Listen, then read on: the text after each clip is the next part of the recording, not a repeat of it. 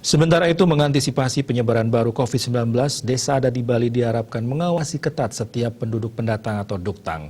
Duktang yang tidak melengkapi diri dengan dokumen identitas, surat keterangan sehat dan tujuan yang tidak jelas wajib dipulangkan ke daerah.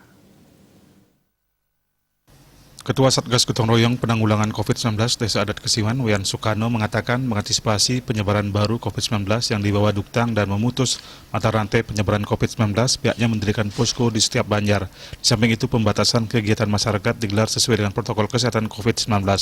Terlebih, Kesiman ditetapkan sebagai zona merah penyebaran COVID-19. Menindaklanjuti surat edaran Wali Kota Denpasar, Desa Adat Kesiman melakukan pengetatan terhadap setiap penduduk pendatang. Penduduk dari luar Bali harus dilengkapi identitas dan surat keterangan kesehatan, serta mempunyai tujuan yang jelas. Bila tidak dilengkapi identitas yang jelas dan tidak memenuhi protokol kesehatan, duktang tidak akan diizinkan tinggal di Desa Adat Kesiman. Kita perketat, satu adalah kos-kosan kita tertibkan. Kos-kosan itu kita tertibkan mulai Satgas yang ada di Banjar, sehingga kos itu harus selektif menerima orang kos, yaitu harus jelas, data kesehatan harus jelas, dan tujuan dia datang ke sini itu untuk apa. Sehingga kalau tanpa tujuan, kita akan komunikasikan untuk bisa dia kembali ke daerahnya. Apalagi tidak membawa identitas yang lain.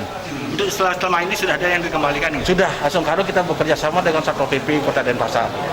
Banyak juga sudah kita kembalikan karena satu identitas tidak jelas, tujuannya atau soalnya tidak jelas, apalagi tidak bawa rapid test persyarat kesehatan. Kita sudah kembalikan dan melalui bantuan daripada pemerintah Kota Denpasar melalui dinas Satpol PP-nya.